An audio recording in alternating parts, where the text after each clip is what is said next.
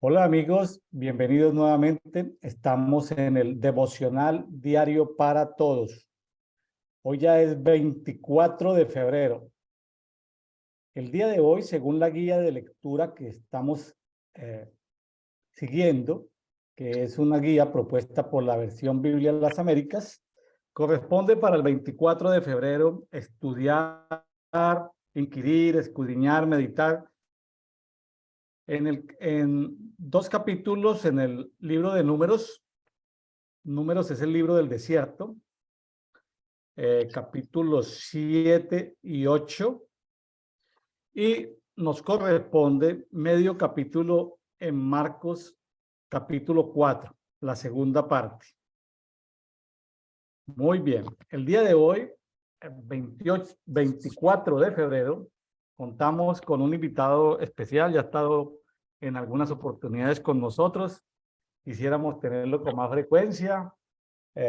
Lo reclama el auditorio, pero bueno, muy ocupado nuestro amigo, hermano en Cristo, desde Mérida, Yucatán, México. Hermilo Concha, bienvenido nuevamente a Dedito.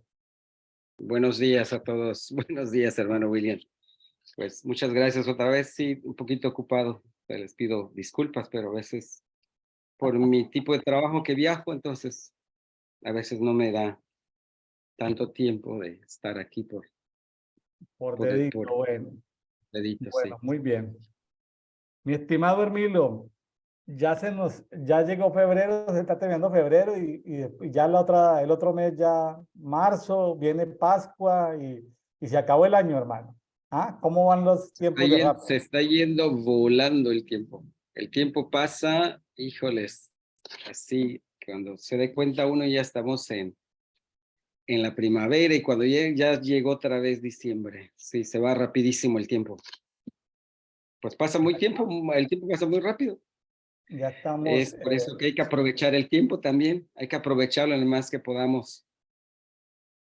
Ya Ya estamos en llevamos febrero. cerca de, eh, de 6 y 2, 8 meses de estar en estos conversatorios, dedito. Aquí me voy a tomar un cafecito con leche. ¿Está tomando usted café hoy, hermano, o no? Sí, pues sí, necesitaba para despertar. El café un café siempre me ayuda para despertar, estar en la energía rápido. Sobre todo cuando tengo que trabajar temprano, 7, 8 de la mañana, sí necesito el café. Sí, sí, sí, se necesita, pues es un energético, o sea, te despierta, te aviva, es lo que tiene el café. Sí, sí me Muy, gusta, claro que sí. muy bien, bueno. Mi estimado Emilio, pues nos tocó un capítulo largo, número 7. Estaba descubriendo que es un capítulo de 89 versículos, pero hay versiones como la versión traducción lenguaje actual que lo resume, lo comprime porque hay cosas que se repiten. Pero bueno, vamos a abordarlo. Tiene que ver con las ofrendas para la consagración del tabernáculo, el capítulo 7. Y bueno, si le parece, mi estimado Hermilo, pues ahí vamos comentando. Cuando empezamos el capítulo 1 de Números, estuvimos Ujú. viendo los nombres, el significado de los nombres de los 12 jefes de las tribus. Pues si necesitamos recordarlos, pues los recordamos. Eso ya lo vimos en el dedito del martes del 21 de febrero.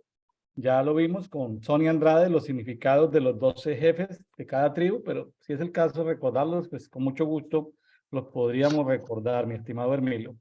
Listo, hermano, pues arranquemos con Números capítulo 7. Sí, pues arranquemos de una vez La con este idea no es capítulo. solamente ver la historia, no es solamente ver los aspectos históricos, sino también ver el contexto, qué significó para ellos, y hacer un esfuerzo grande por tratar de entender qué nos quiere decir la palabra hoy, ¿sí? Hoy, cómo podemos aplicar eso a nuestras vidas. Entonces, que ese sea como que lo que nos quede de esta lectura, de esto es qué nos sirve para el día de hoy. Bueno, Sí, pues antes que nada, pues lo que puedo ver en estos capítulos, o sea, de manera global, es de que hay un orden, hay un orden para presentar las ofrendas, hay un orden y hay una importancia para cada tribu. Cada una se presenta delante de Dios en el altar con sus ofrendas y sacrificios. Y cada uno de estos, cada una de las tribus para Dios, pues era muy importante que cada una cumpliera en igual sus ofrendas y sus sacrificios. Lo cual, pues vemos que Dios es un Dios de orden, primero, es un Dios que es a cada una de las tribus le dio la oportunidad, todas tienen la misma oportunidad, delante de Dios son iguales, presentan el mismo tipo de ofrenda, el mismo tipo de sacrificio, ¿ok? Y eso hace ver a un pueblo, o sea, Dios para su pueblo todos son iguales, todos son sus hijos, y todos gozan de la misma posición. Sin embargo, en la distribución, en la congregación, en el asentamiento, pues cada uno cumple con un rol importante y una función dentro del pueblo. O sea, cada tribu, Leví, Judá, etcétera, tienen una distribución específica, cada uno con su propio rol, con su propia función, ¿ok? Lo que nos hace ver un Dios de orden, un Dios que nos pide en todo momento estar presentándonos delante de Él con lo mejor de nosotros. Y todos somos iguales. Si cumplimos sus estatutos, el mandamiento que nos da acá, la forma específica de presentarse de Él, Dios es un Dios maravilloso y poderoso, ¿sí?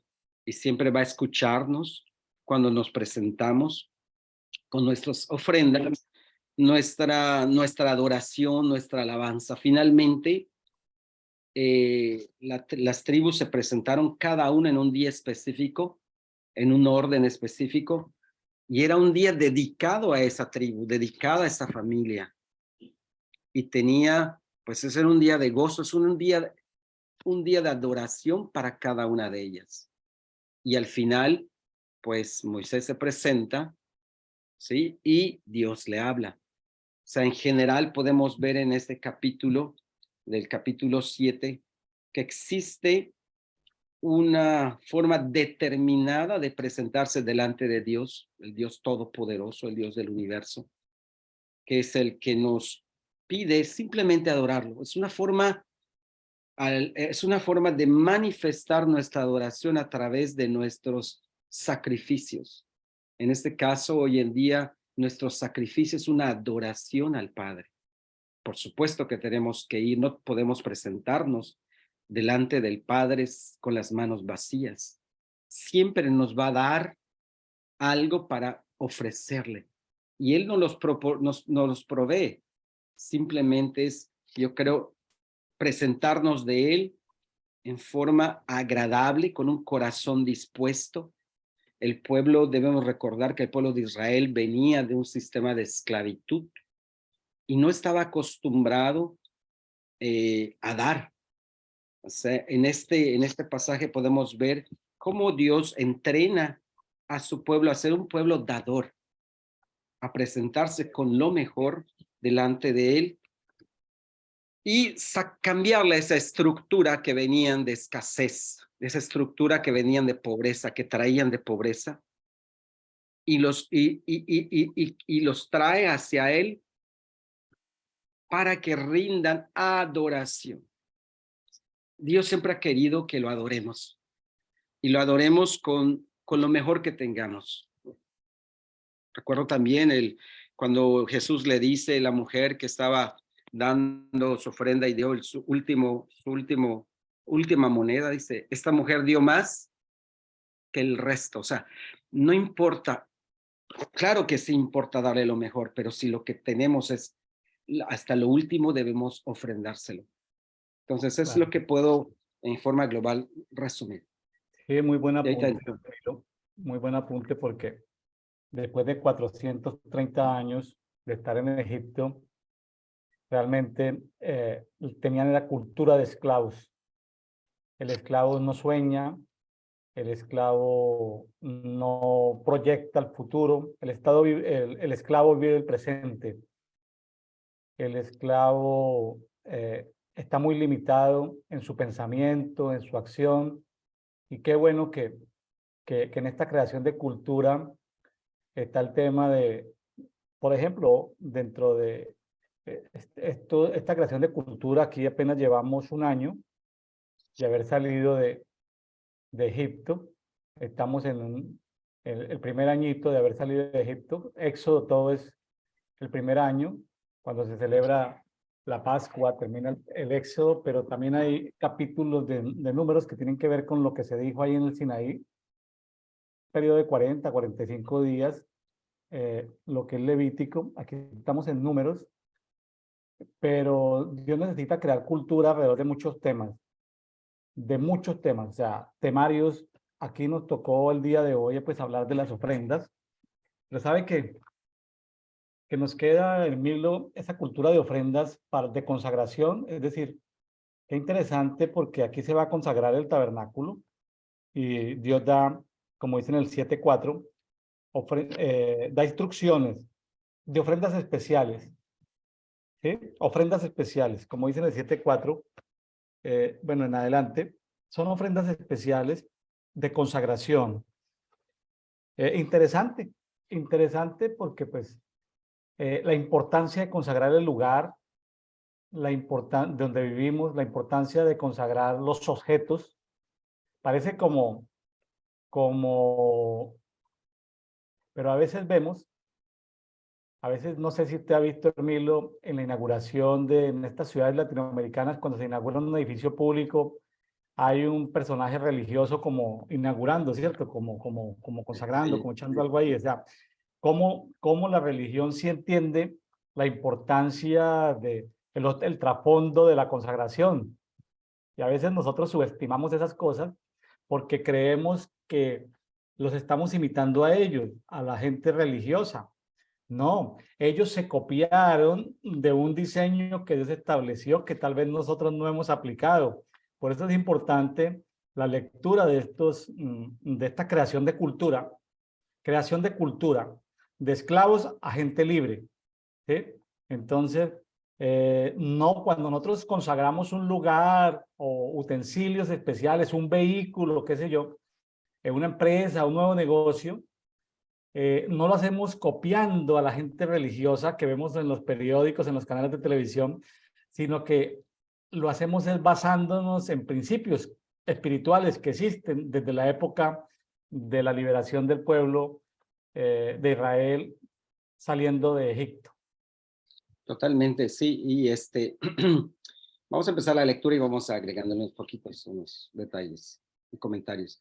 Entonces empezamos. Capítulo 7. Aconteció que el día en que Moisés terminó de hacer levantar el tabernáculo, de ungirlo y santificarlo con todos sus utensilios, y de ungir y de consagrar el altar con todos sus utensilios, que los jefes de Israel, cabezas de sus casas paternas, presentaron sus ofrendas. Ellos eran los jefes de las tribus que habían presidido el censo. Hicieron llevar, pues, sus víctimas ante Yahweh o Jehová. Y aquí va a narrar lo que consistía su ofrenda. Hablando un poquito acerca de lo que decía por ejemplo, de consagrar o de ungir ciertos objetos, como por ejemplo, debemos tener la práctica de ungir nuestra casa, dedicársela a Dios, todo lo que es de nosotros, los vehículos, las herramientas de trabajo. En el caso de aquí, pues estamos hablando de la congregación, del altar, pues ungieron eh, eh, todos los utensilios. Nosotros yo creo que si tenemos una participación dentro de una congregación, todo lo que se utilice, yo recuerdo cuando estaba yo en la iglesia, que todo eso se consagraba, ahora se unge y se consagra a Dios. Y definitivamente que este acto de consagrar, de dedicar ese instrumento, piano, shofar, batería, guitarra, etcétera, eso ya está apartado para Dios y definitivamente que sucede algo que cuando uno está en ese momento de adoración, se manifiesta la presencia. Yo creo que este símbolo de consagrar, de dedicárselo, es como, esto es tuyo, y en ese momento Dios toma posesión de esto, y en el momento que se le consulte, en este caso, adorar, ir hacia el Padre, yo creo que el Padre responde, porque tiene están las condiciones, llamémoslas así, las condiciones dispuestas, consagradas, para que Él dé una respuesta. Entonces aquí dice, hicieron llevar pues sus víctimas ante Yahweh. Estoy leyendo la Biblia textual 4. 6 carretas cubiertas y 12 bueyes. Una carreta por cada 2 jefes y un buey por cada uno. Y los hicieron acercar delante del tabernáculo. Y habló Jehová o Yahweh a Moisés diciendo, acéptaselos y serán para la obra de la tienda de reunión y los darás a los levitas cada uno conforme a su servicio. Entonces, esta es la primera, digamos que la primera parte de las ofrendas, como en forma general, es lo que está narrado aquí. 6 carretas y 12 bueyes. O sea, 12 bueyes, cada uno representaba a un jefe de la tribu. ¿Ok? Y un buey para cada uno, y los hicieron acercar delante del tabernáculo. Se lo ofrecieron a Dios en el tabernáculo. Es decir, Entonces, es decir, ofrenda global ofrenda global. de todo el pueblo fueron 6 carretas, ¿sí? 12 bueyes para jalar las 6 carretas, ¿correcto? Correcto. Bueno, esa es la ofrenda global. Esa es la ofrenda global. 12 bueyes, 6 carretas, que luego, más adelante, pues vamos a ver cómo las distribuyeron es decir, las cosas pesadas, pues le iban a asignar carretas, a las cosas livianas, pues le iban a asignar personas, ¿no? Para cargar los utensilios del tabernáculo. Más Así adelante. es, todo esto. Entonces, así era para esto. Entonces, Moisés tomó las carretas y los bueyes y los entregó a los levitas. A los hijos de Gersón dio 2 carretas y 4 bueyes, conforme a su servicio. A los hijos de Merari dio 4 carretas y 8 bueyes, conforme a su servicio, bajo la dirección de Itamar, hijo del sacerdote. Pero a los hijos de Coat nada les dio, porque tenían a su cargo el servicio del santuario que había de transportar a hombros. Los jefes presentaron también sus ofrendas durante la dedicación del altar, el día en que fue ungido, acercando ellos mismos sus víctimas ante el altar. Pues Yahweh había dicho a Moisés, día por día, cada jefe acercará a sus víctimas para la dedicación al altar. Entonces aquí tenemos que primero a los hijos de Gersón a los levitas se les dio 2 carretas y 4 bueyes, y a los hijos de Merari 4 carretas y 8 bueyes. ¿Por qué se les dio? Sí. Ahí quiero compartirle algo que estuvimos compartiendo el 22 de febrero, en números 3, ¿sí? Estuvimos compartiendo porque recordemos que la tribu de Leví era la encargada del servicio del tabernáculo.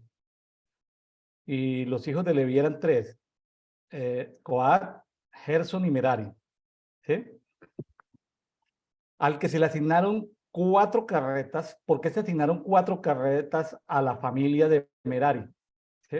Se asignaron 4 carretas porque ellos llevaban los tablones del tabernáculo, los travesaños, las columnas, las basas, las columnas que rodeaban los atrios, las columnas que rodeaban las basas, las estacas, las cuerdas. Es decir, por eso se le asignaron 4 carretas. A los otros, a la tribu, a la familia de Gersón, se les asignaron 2 carretas, o sea, la mitad, porque ellos ya llevaban lo que era el tabernáculo, la cubierta de la tienda, su cubierta, la cortina de la entrada de la reunión, las cortinas del atrio, las cortinas alrededor del tabernáculo, los altares y las cuerdas. Y a la familia que no le dieron, que eran los coatitas, a la familia de Coat, que no le dieron carretas, es porque ellos llevaban las cosas más livianas. Se llevaban el arca. Recuerde que el arca no la llevaban en carreta. El arca la cargaban, eran levitas especiales.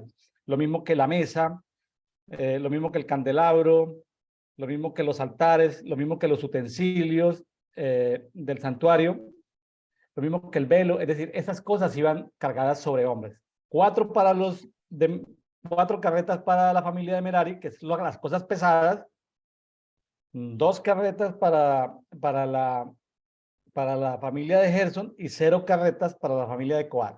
Pues se entiende, ¿no? Unas cosas son la estructura, vamos a llamarlo la estructura pesada, son las que llevan 4 carretas. Lo que es vestir las estructuras, 2 carretas. Y los utensilios ya van cargados con personas. Bueno, eso lo vimos Sí, en en el el 22 cuando 4:15 vimos números 3 y 4. a 4:25. Sí, así es. Sí, así es, efectivamente, eso dice que los de Gerson tenían la tarea de llevar todo lo que es la parte de los travesaños, la madera, etcétera, todo esto. Y la familia de Merari eran, no, perdón, la familia de Merari era lo que llevaban Claro, la carga las pesada. tablas, los pilares. Y la familia de Gerson solamente las telas del tabernáculo, o sea, todo lo Ok, que concierne a todas las telas. ¿Sí? cortinas. Y a las cortinas, exactamente. Sí, Muy bien. así es, efectivamente. Entonces, nos quedamos aquí. Entonces, ¿dónde me quedé? Ya se me fue. Okay. Entonces Va, me quedé en el 12. Y aquí entonces empieza a narrar lo que hicieron, ¿no? En el día primero presentó su ofrenda Nazón ben Aminadab de la tribu de Judá. Empiezan a narrar cómo van a pasar uno por uno para presentar su ofrenda. ¿Sí? ajá. Vamos El, a ver esto. el primero, si quieres yo le voy recordando los nombres. Nazón significa encantador, de la tribu de Judá.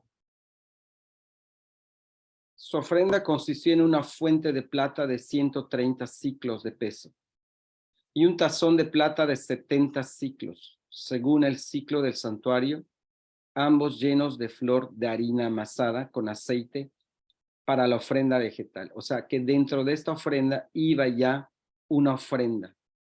Dentro de esta ofrenda de los tazones y ¿cómo se llama? De la fuente, en los tazones iba esta harina para preparar la ofrenda vegetal, con aceite para la ofrenda vegetal.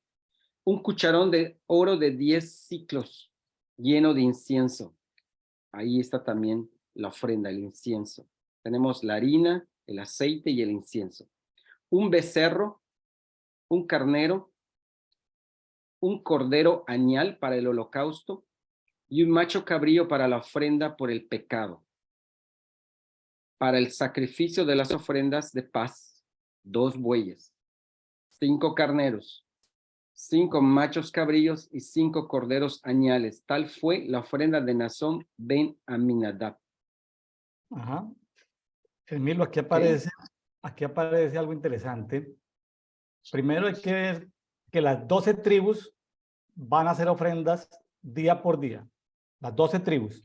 Interesante poder sacar tiempo para ver por qué el orden de las ofrendas. Eso es importante.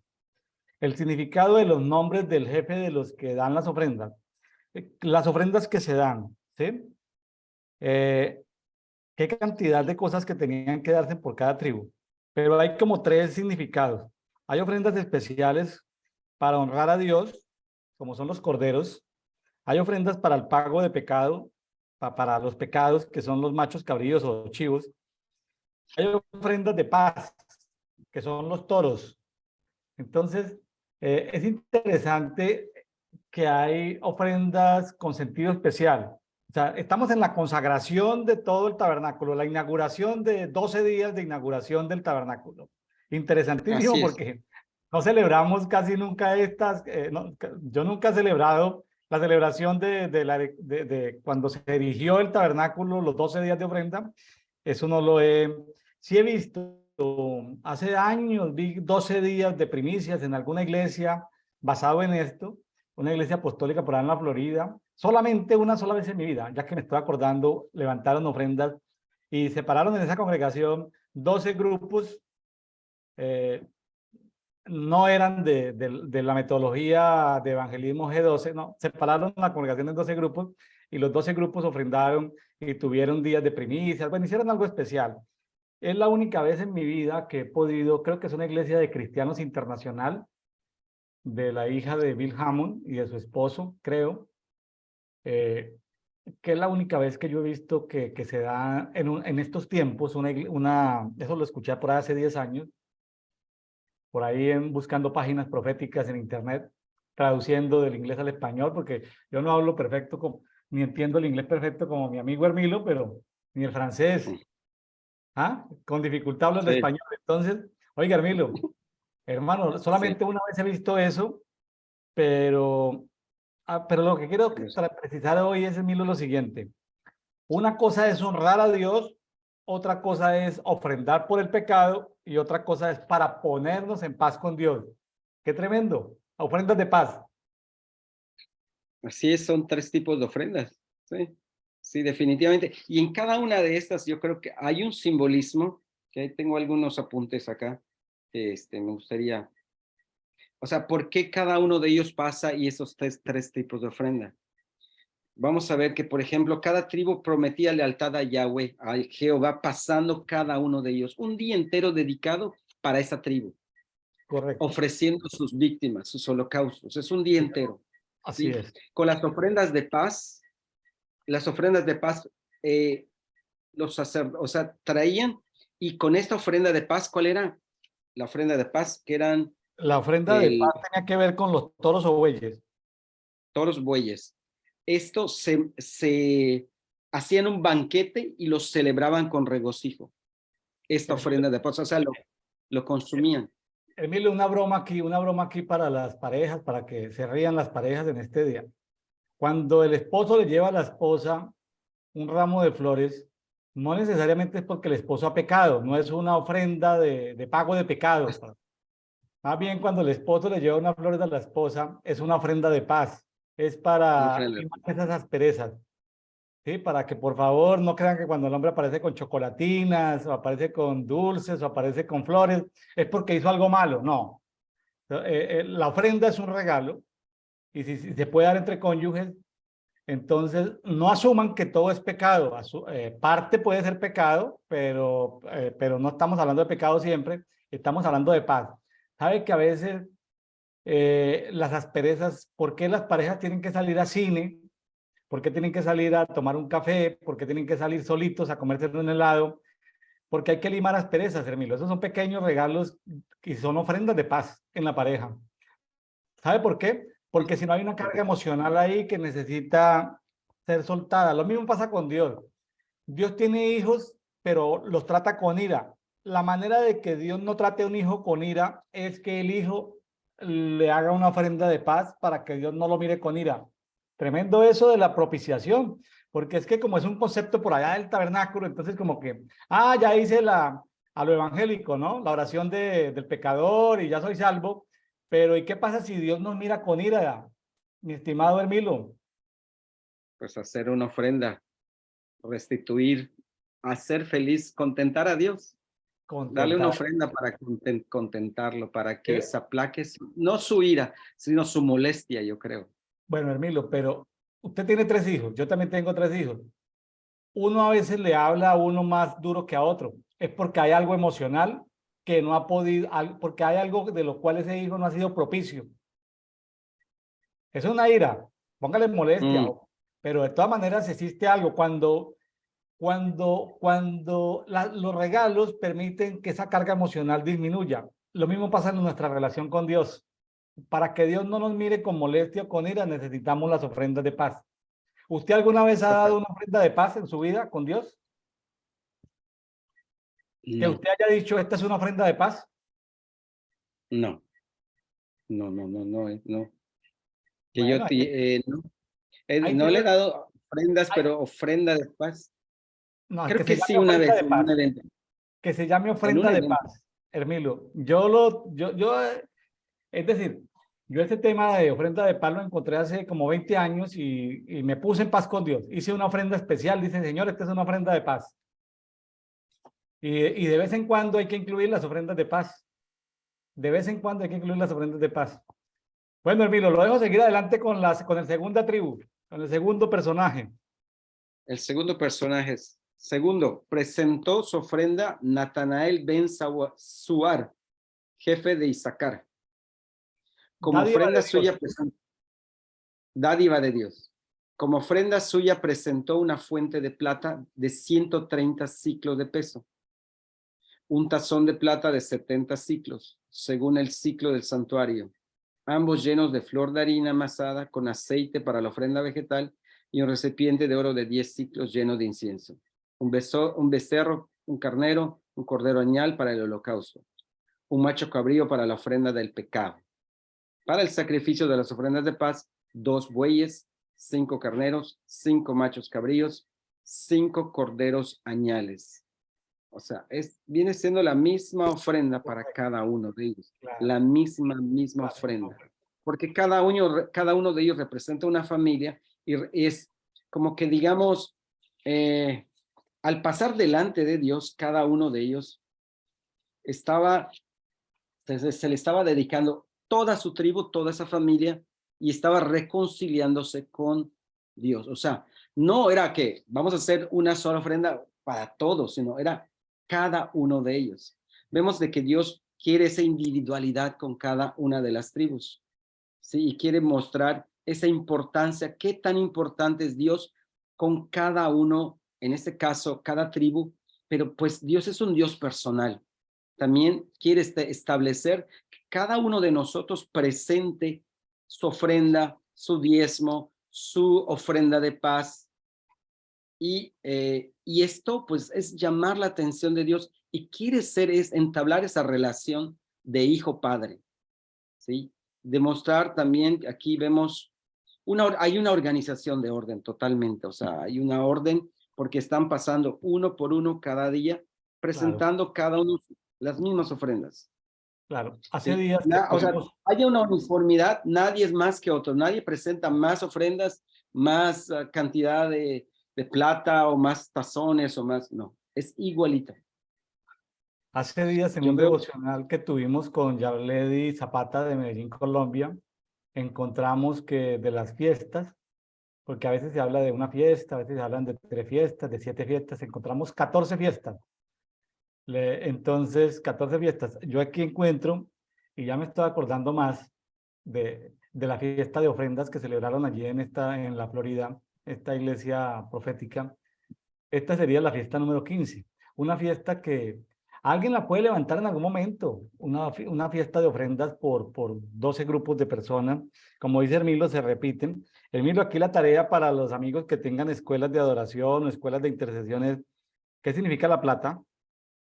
El kilo y medio ese de la bandeja de plata, ¿qué significa la jarra de plata? Esa es una tarea para los amigos de que están ahí en las escuelas de adoración, de intercesión. ¿Qué significa la cuchara de oro de 110 gramos cubierta con incienso? Pues llena de incienso. ¿Qué significa el becerro? ¿Qué significa el carnero? ¿Qué significa el cordero de un año? ¿Qué significa el macho cabrío? ¿Qué significan los toros? ¿Qué significan los carneros? ¿Qué significan los chivos? ¿Qué significan los corderos? Es decir, eso, ya amigos que estén en escuelas de adoración, escuelas de intercesión, ahí les queda la tarea para que averigüen qué significa cada uno de esos elementos y cómo podríamos aplicar esos elementos el día de hoy, porque no estamos en una sociedad agrícola, estamos de pronto, estamos en una sociedad de alta tecnología, ¿no, Emilio? Estamos en una sociedad de comunicaciones, una sociedad más inclinada ya a los servicios que a la producción. Bueno, continuemos entonces con la siguiente tribu. Si quiere, Hermilo, si quiere es solamente, la tercera tribu leemos la ofrenda y luego ya no leemos las ofrendas, sino pasamos a la cuarta tribu, quinta, sexta y ya, porque es la misma ofrenda, se nos va a repetir los mismos versículos. Se es la nos hace misma ofrenda para el cada uno, capítulo. solamente.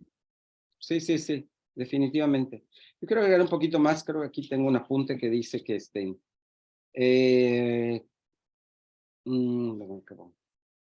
Eh, ah, sí, o sea, que Dios finalmente en cada uno de ellos quería demostrar que deberían ser generosos delante de Dios, una ofrenda generosa, no ser escasos. y de esta manera, de la misma forma, provocaba que todos tuvieran la misma posibilidad de ir delante de Dios y de evitar cualquier rivalidad entre ellos, ¿ok? Evitar cualquier pleito o rivalidad, cualquier celo.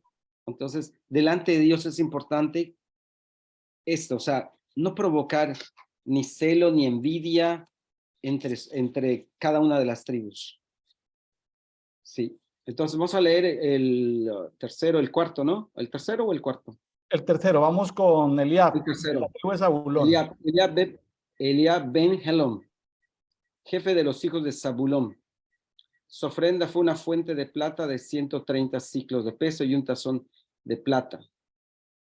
Un tazón de plata de 70 ciclos según el ciclo del santuario, ambos llenos de flor de harina amasada con aceite para la ofrenda vegetal. Un recipiente de oro de 10 ciclos lleno de incienso, un becerro, un carnero, un cordero añal para el holocausto y un macho cabrío para la ofrenda del pecado. Pero para el sacrificio de las ofrendas de paz, 2 bueyes, 5 carneros, 5 machos cabríos, 5 corderos añales, tal fue la ofrenda de Eliab ben Helom. Sí, y Eliab viene significa siendo la Dios es misma, Padre. cada Dios es Padre. El cuarto fue Elisur ben Sedeur, jefe de los hijos de Rubén. La forma como se iban presentando era de acuerdo como estaban distribuidos en el campamento. De esa forma iban presentándose. ¿Ok? Hay Después, diferentes. Sí, ya estuvimos viendo también en capítulos anteriores esto, la ordenación de las tribus, eh, unos al este, otros, bueno, diferentes ubicaciones, el tabernáculo, las 3 familias de Leví, las ubicaciones de todas las 12 tribus, cuál era la tribu que predominaba en cada punto cardinal, la bandera principal, se nombraron un jefe por cada tribu, se hicieron censos de cada tribu, de los hombres mayores de 20 años, se hicieron censos en los levitas de un mes en adelante. Bueno, se escogieron también por edades los levitas. Bueno, ahí aparece una lista también. interesante. Si quiere, yo le digo aquí los significados, simplemente para recordarlos al auditorio. El primero fue Nazón, de la tribu de Judá. Judá significa alabanza y Nazón significa encantador. El segundo fue de la tribu de Isaacar, que cuando nació Isaacar dice, Dios me traerá una recompensa. El jefe era Natanael, que significa dádiva de Dios.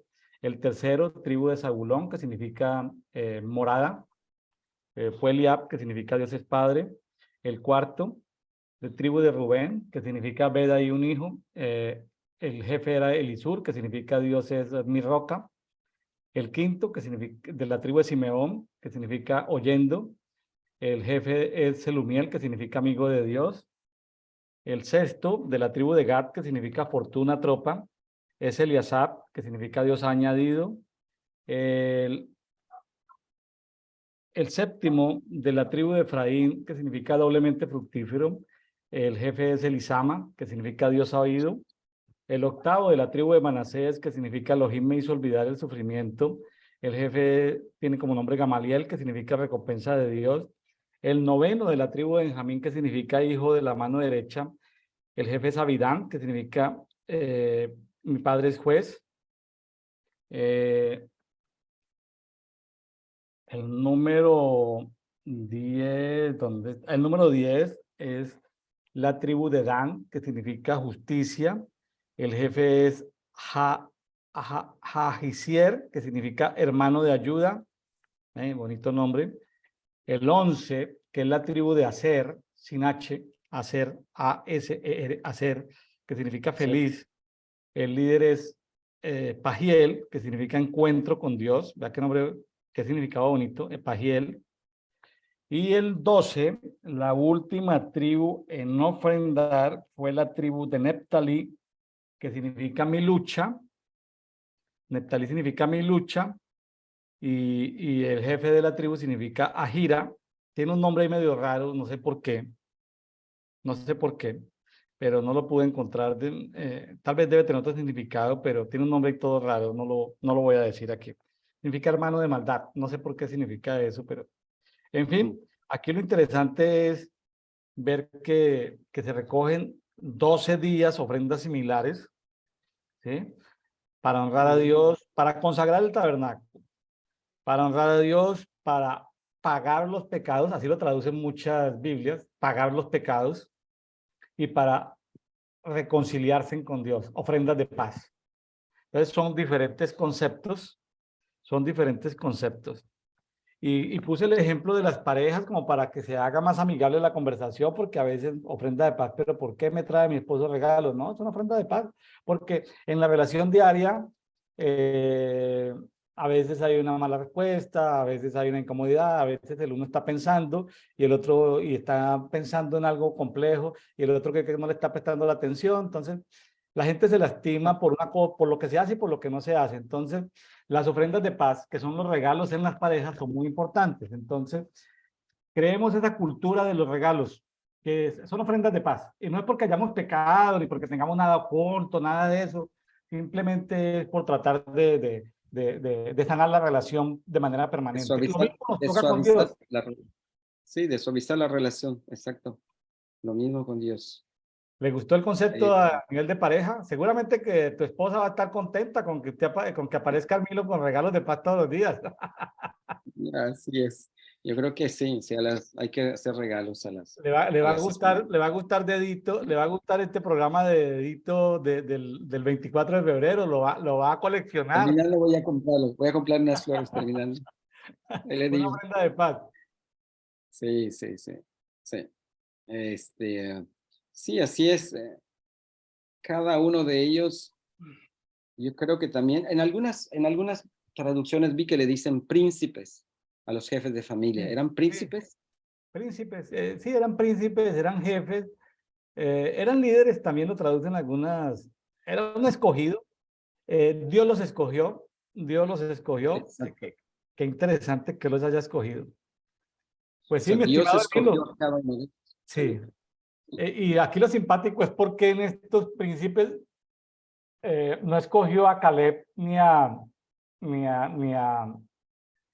Caleb ni a Josué, que fueron más Ajá. adelante Josué y Caleb. espías, exploradores, José y Caleb. Tremendo, porque ahí estaba Josué y Caleb, Caleb de la tribu de Judá, Josué de la tribu de Efraín, creo, si no estoy mal. Y bueno, Ujú. algo pasó porque no, creo que estaban más jóvenes, estaban más jóvenes. Josué tenía la función de ser acompañante. Josué era un ayudante, más adelante lo vamos a ver. Josué desde joven era ayudante de Moisés. Desde que apareció Moisés, Josué se convirtió en ayudante. Solo que no aparece en la escena, pero Josué era el ayudante, como el auxiliar, ¿sí? Tenía la función de asistir a Moisés. Como su mano derecha. Sí, le asistía, un joven que le asistía, seguramente acercándole cosas, seguramente ayudándolo en temas de vestiduras, qué sé yo. Así es. Ok, ¿puedo seguir entonces? Sí, claro, vamos, si quiere, Entonces, le nos parece con el quedaríamos capítulo 8. No, vámonos en con el capítulo capítulo 8. 8. Sí, porque ya, porque sería repetir las mismas ofrendas 12 veces.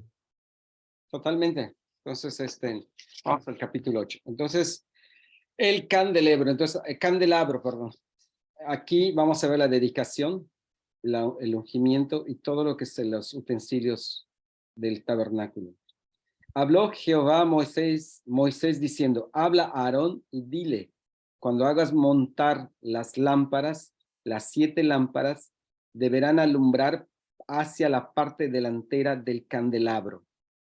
Y así lo hizo Aarón, hacia la parte delantera del candelabro hizo montar las lámparas, tal como Yahweh había ordenado a Moisés. Y esta era la hechura del candelabro, de oro macizo, incluido su base hasta sus flores, labrado a cincel, como el modelo que Yahweh mostró a Moisés, así hizo el candelabro. Este candelabro que pues viene a ser un símbolo muy importante que lo vamos a ver en Apocalipsis, ¿no? O sea, Este modelo es un modelo celestial totalmente, es el modelo que debería ser, yo creo, el símbolo el símbolo que debería estar en la bandera de Israel. Pero Claro. bueno, ¿por qué? Porque esto representa a los espíritus de Dios, los 7 espíritus de Dios, y esto está forjado totalmente a mano, y es totalmente de oro, oro macizo. Representa la luz, representa los espíritus de Dios, representa los shofares también, representa el espíritu de Dios que sale, o sea, y debe alumbrar totalmente al altar y de aceite. Qué tremendo que esos 7 espíritus de Dios que se mueven allí en las piedras calientes, allá en esos lugares celestiales, que están delante del trono del Padre, que recorren la tierra, esos 7 espíritus de Dios, que son como llamas de fuego encendidas, se materialicen en un candelabro de oro, encendidos todo el tiempo. Uno de los invitados en Dedito hizo la conversión de cuánto aceite de oliva se necesitaba para los 40 años, y no, eso ya no me acuerdo la cifra, pero ya la tengo anotada. Tenían la especulación que hicimos o que él hizo, y pues yo estoy de acuerdo, es que había que mandar a comprar, porque a veces se habla de que algunos, cuando se celebran fiestas, algunos están de viaje, otros no están de viaje, entonces creo que los viajes no era por ir a visitar familiares, los viajes es porque habían enviado a comprar aceite de oliva, o sea, cuando hay gente de viaje es porque tenían misiones especiales de ir a comprar ciertas cosas, por ejemplo, piel de tejones, para ciertos inciensos. Entonces, cuando se habla en algunas celebraciones de fiestas que algunos estaban de viaje, es seguramente porque pensamos que eran enviados a comprar o adquirir productos con mercaderes en ciertos puntos, porque ellos estaban en un desierto donde tenían poblaciones lejanas y tenían que ir a comprar, por ejemplo, aceite de oliva. Interesante eso, ¿no? Ver la cantidad de aceite de oliva que se quemó durante esos 40 años. Tremendo, sí, tremendo. Pero pues Dios siempre proveyó, siempre les proveyó de todos en el desierto, de aceite, de comida, de vestido. Dios nunca, o sea, los alumbraba día y noche. Creo que ahí, yo creo que, ¿cuántas cosas no hizo Dios a su pueblo? Y aún así, el final no fue tan agradable para muchos de ellos. Sí, yo creo que esta luz no les resplandeció finalmente, esta luz que quería el Señor que les resplandeciera, ¿no? Siguieron pensando en la escasez, pero aquí vemos que hay un diseño perfecto del cielo para el tabernáculo de reunión. Hay un diseño perfecto que cuando vemos esto y vemos actualmente la forma en cómo se organiza una iglesia, muchas veces está muy lejos de hacer la voluntad de Dios. Y Dios por misericordia y por muchas razones permite, ¿no?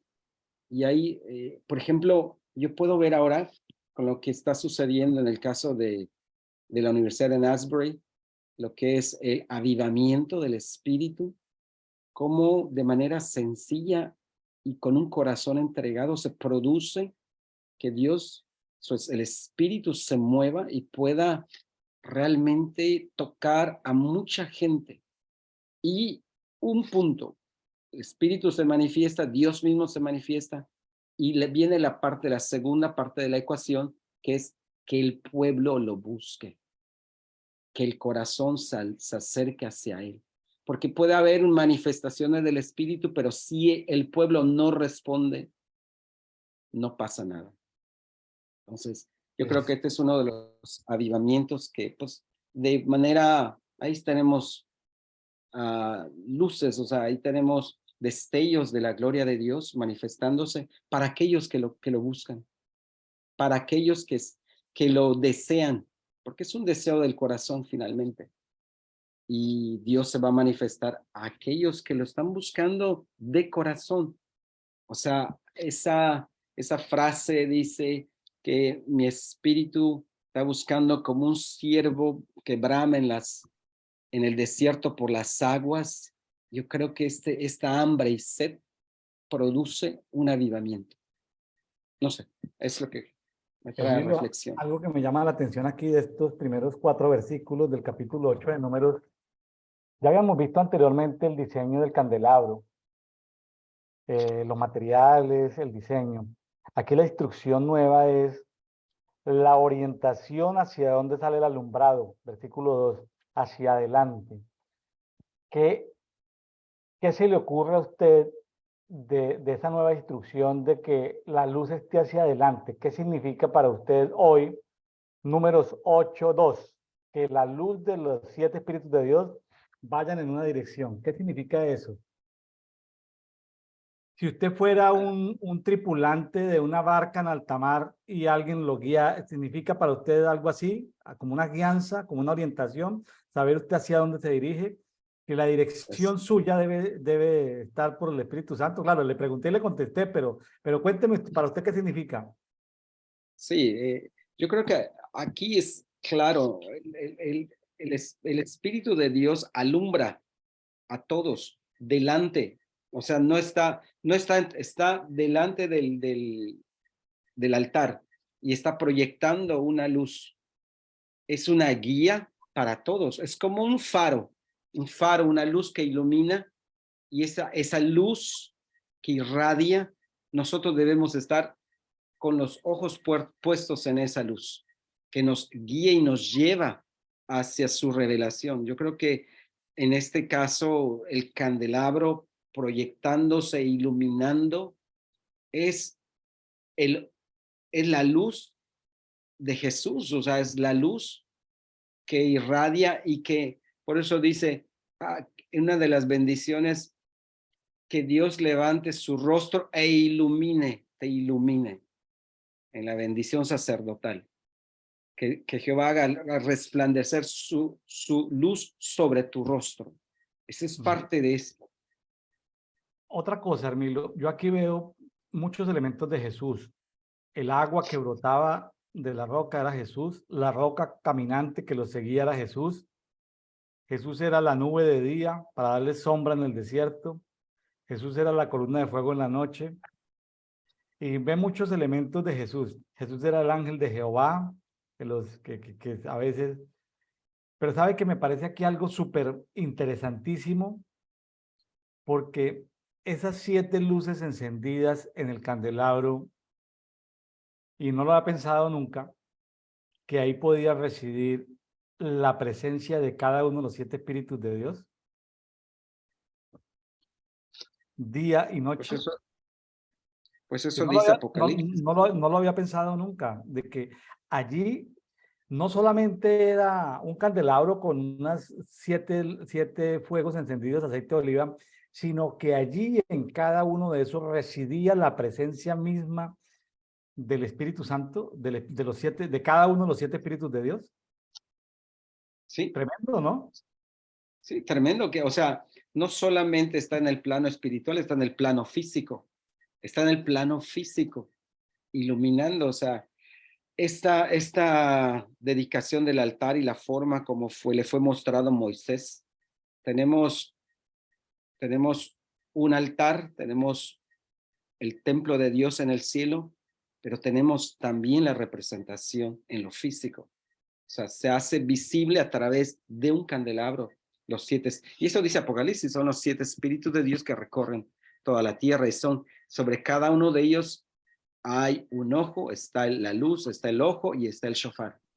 Entonces, son varios elementos proféticos ahí que tenemos que retomar y poder ponerlos en práctica y recurrir para que nosotros seamos iluminados por esos espíritus y tenemos acceso a ellos.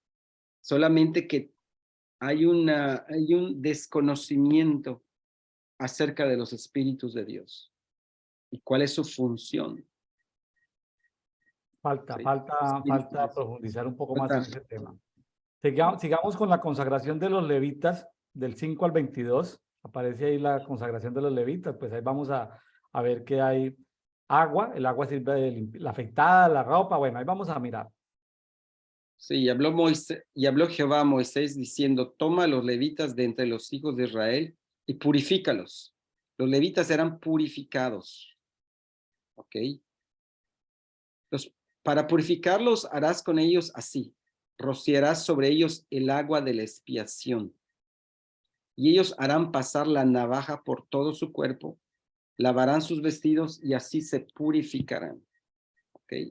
Entonces, vemos que este ritual de purificación para los levitas era con el agua de la expiación. El agua de la expiación venía a ser el agua que se utilizaba también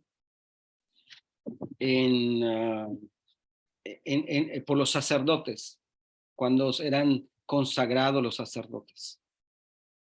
Así es. Y pues esto, tenemos algunas, ¿cómo se llama? Algunas características y diferencias entre los sacerdotes y los levitas. ¿Sí? Los levitas eran purificados y lavados, y los sacerdotes eran ungidos. Los levitas eran rociados, ¿sí? Así Y es. los sacerdotes, los levitas lavaban sus propias vestiduras. En el Y a Nuevo los sacerdotes se les cambiaba de vestiduras. Al en el sacerdote se Nuevo- le cambiaba, al levita él tenía que lavarse.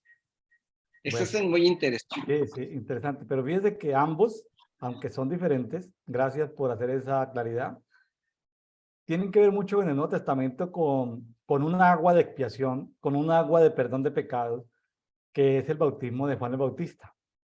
¿Sí? Que todo Israel recurrió a que Juan el Bautista lo bautizara en agua, el pueblo, para perdón de pecados. ¿Perdón de pecados qué es? Expiación. ¿Sí? La Sí, gente se puso a cuentas con Dios. O sea, si fue simpático que ahí fariseos y religiosos se pusieron a cuentas con Dios. Pues se ganaron el mensaje duro de Juan el Bautista, pero fueron perdonados sus pecados. Se pusieron, se pusieron a paz y salvo ahí, agua de expiación. Tremendo eso que dice ahí la Biblia en Números 8:7. Agua de la expiación, Hermilo. agua de la expiación, que era el agua del pecado, sí, con el que se lavaban. Y era parte dice, yo leí por allá que eran las cenizas de la vaca lazana. Esa parte de esa era agua mezclada con la cual se purificaban ellos. Que era parte de una de los bueyes que eran sacrificados en holocausto Claro. a Jehová. Sí, que porque la expiación es un tema que a veces, eh, como está por allá en el Antiguo Testamento, por allá, pues como que no le metemos el zoom, ¿sí? No le hacemos el zoom a la expiación, a la propiciación, a la consagración, a la limpieza. Bueno, ahí es el momento de hacerle zoom a estas cosas que son parecidas, pero son diferentes. Parecidas, pero no son igual. Sí. Entonces, luego tomarán un novillo con su ofrenda vegetal de flor de harina amasada con aceite, y tú tomarás otro novillo para la ofrenda del pecado. Después aproximarás a los levitas delante de la tienda de reunión y harás que se congregue toda la asamblea de los hijos de Israel. Y harás que los levitas se aproximen delante de Yahweh. Los hijos de Israel impondrán sus manos sobre los levitas. Aarón presentará entonces a los levitas delante de Yahweh como ofrenda mecida a los hijos de Israel, para que cumplan el servicio de Yahweh. Luego los levitas apoyarán sus manos sobre la cabeza de los novillos y ofrecerás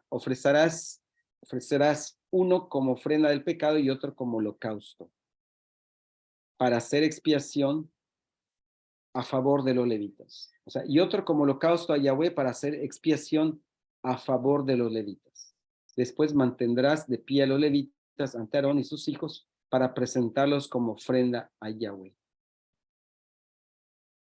Aquí vemos que el pueblo también participaba en esto, en la expiación, porque era el pueblo que extendía las manos sobre los levitas y los levitas pues extendían las manos sobre los animales. ¿Okay?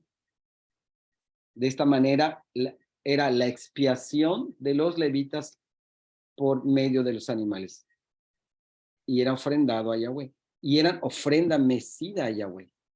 Porque los levitas era la tribu que representaba varias cosas los levitas, ¿sí? Asistían a los sacerdotes, tenían una función diferente y por medio de los levitas se expiaban los pecados a través de esta ofrenda.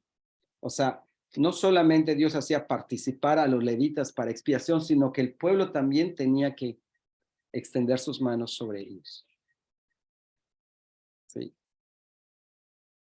Recordemos, es, yo creo, sí, sí, recordemos que los levitas, pues, cuando Dios en la 10ª plaga en Egipto, Dios mató a los primogénitos de los hombres y de los animales en Egipto. Dios decidió ese día que todos los primogénitos de Israel, tanto de hombres como animales, iban a ser de él. Pero como eso era de alguna manera impráctico, al final decidió que tomaría a los levitas, a la tribu de Leví en compensación. Ya lo vimos en devocionales anteriores que aparecieron 22.000, 20 tantos mil, 273 primogénitos de todas las tribus y que había una diferencia de 273. Eso tocó cubrirlo cubrirlo con una ofrenda para poder compensar, y se le entregó esa ofrenda a Aarón y a los hijos de Aarón para compensar lo que faltaba. Entonces, hubo no sé cómo llamarle, una transferencia de responsabilidad de la primogenitura. O sea, Dios se tomó una tribu para él, ¿sí? O sea, los primogénitos de Egipto tienen una relación con los primogénitos de Israel. Los primogénitos de Egipto, Dios les quitó la vida. A los primogénitos de Israel, Dios les da vida, pero luego lo cambia por la tribu de Leví, y son allí digamos, la tribu de Leví los que deben hacer esas ofrendas de sacerdotes ante Dios. O sea, el primogénito, fíjense lo siguiente, el primogénito es el que presenta ofrendas ante Dios. Qué tremendo, ¿no? O sea, la ofrenda presenta ofrenda. ¿No le parece que es como, no es un juego de palabras, la ofrenda, o sea, la tribu ofrenda, o sea, la tribu de Leví, que es ofrenda, presenta las ofrendas? Entonces lo que me hace ver es que todo sacerdote, ya en el nuevo pacto, todos somos sacerdotes. Somos un reino de sacerdotes. O sea que en el nuevo pacto, todos los sacerdotes somos ofrenda. ¿Somos ofrenda? Sí, somos ofrenda. ¿Y cuál es nuestra función? Presentar ofrendas delante de Dios. Ah, ofrendas que presentan ofrendas. Un eslogan, Hermilo. Un eslogan que ofrenda que aprendimos el día de hoy. ¿Quién eres tú, Hermilo Concha? No, yo soy una ofrenda que presenta ofrendas. ¿Cómo así? Sí, soy una ofrenda porque soy un sacerdote, soy de un reino de reyes y sacerdotes, ejerzo como rey, ejerzo como sacerdote, pero como sacerdote soy una ofrenda y estoy para ofrecer ofrendas agradables a Dios. Vea que amén. Así es, cobra sentido la vida sacerdotal. totalmente sí, por la función y lo que el simbolismo que tiene para Dios, una ofrenda mecida para Dios, esa ofrenda como que es el espíritu. Y en que estuve leyendo, como que esta ofrenda de los levitas, Aarón le ponía las manos y como que hacía es un movimiento en el cual se lo entregaba a Dios. Esto es tuyo. O sea, como que era la forma de decirle esto es tuyo. Esa ofrenda Claro. mecida que era agradable delante de él. Y tiene que ver con plenitud, porque también algunos comentaristas hablan de que los cereales se medían no en baldes, ni en tarros, ni en toneles, sino que eran delantales que se colocaban y mecían el grano, lo que cabía en el delantal. Entonces, tiene que ver con plenitud, tiene que ver con plenitud. O sea, algo ahí de plenitud. Qué bonito poder entender estos elementos. Bueno, continuemos, mi estimado Hermilo. Entonces, ¿dónde me quedé? Y, ok. Va como en el 14. Ah, 14. Y así separarás a los levitas de entre los hijos de Israel y serán para mí. Y después de esto, entrarán para cumplir el servicio de la tienda de reunión y los purificarás y presentarás ante Adonai. Porque los levitas están enteramente dedicados a mí de entre los hijos de Israel. Me han sido restituidos en restitución de todo lo que abre matriz, es decir, de todo primogénito de entre los hijos de Israel. Porque todo primogénito de los hijos de Israel, de hombre o de animal, es para mí. O sea, esa es la representación. Los levitas era la representación de los primogénitos, de todos los primogénitos, ¿sí? Delante de Yahweh. Porque el día en que golpeé a todo primogénito en Egipto, los consagré para mí. Pero escogí a los levitas en sustitución de todo primogénito de los hijos de Israel. Y los levitas han sido dados a Aarón y a sus hijos en restitución de los hijos de Israel en la tienda de reunión. Y propiciar por los hijos de Israel, y no habrá entre los hijos de Israel quien se acerque a las cosas santas. Sí. Entonces Dios les había dado a Aarón, a los levitas, en representación de los hijos de Israel, y para Dios los levitas simbolizaban los primogénitos, desde el momento que allí les dio, pues mató a los primogénitos en Egipto, pues ahí se restituyó a través de los levitas. Tremendo eso. Okay. Tremendo porque yo me pongo a pensar a veces, claro, la tribu de Leví fue escogida para eso, ¿no? Y no fue escogida la tribu de Rubén. Tremendo, ¿no? Ni tampoco la tribu de Judá no fue escogida, fue No, la tribu de Leví. Y Leví, pues sí, un hijo de de Jacob que fue violento, para vengar la dignidad de su hermana menor Dina, que fue seducida y abusada por un príncipe allá, y esa venganza de Leví, y Dios escoge la descendencia de ese Leví violento, violento, lo escoge para luego ejercer el sacerdocio. Ahí queda, Hermilo, ahí queda para seguir inquiriendo, hermano. totalmente. Vamos al 20. E hizo Moisés y Aarón y toda la asamblea de los hijos de Israel y los levitas, según Yahweh había ordenado a Moisés respecto a los levitas. O sea, hicieron conforme a lo que Dios había mandado. Y los levitas se purificaron a sí mismos de pecado y lavaron sus vestidos. Y Aarón los presentó como ofrenda mecida ante Yahweh. E hizo Aarón expiación a favor de ellos para purificarlos. Después de esto, los levitas entraron a oficiar su servicio en la tienda de reunión ante Aarón y sus hijos, tal como Yahweh había ordenado a Moisés acerca de los levitas, así hicieron ellos. Y aquí vemos algo interesante, que después, y habló Jehová a Moisés diciendo, esto es lo concerniente a los levitas, de edad de 25 años arriba, entrarán en servicio en la tienda de reunión. Y a los 50 años se retirará de prestar servicio en la obra y nunca más servirá. Sin embargo, podrá ayudar con sus hermanos en la tienda de reunión para hacer guardia, mas no podrá servir en la obra. Así harás con los levitas en cuanto a sus guardias.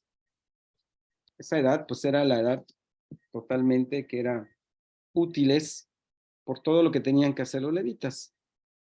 ¿Sí? Que tal vez pues es cargar los postes, todos los utensilios, era un trabajo de fuerza. Entonces, la vida ideal para hacer este trabajo era a partir de los 25. De los ¿Sí? 25 a los Hasta 50. los 50. Hermilo, Hasta pero los 50. mire lo interesante. Después de los 50, el levita no se pensionaba, no era que se fuera para No. su tienda a poner una hamaca, no. Que él quedó con la función de ser guardia. ¿Qué significa hoy ser guardia? ¿Qué significa ser hoy vigilante? ¿Qué significa hoy estar guardando, cuidando? O sea, la labor Fíjese que estamos hablando en épocas de ancianos de ciudad, ¿sí?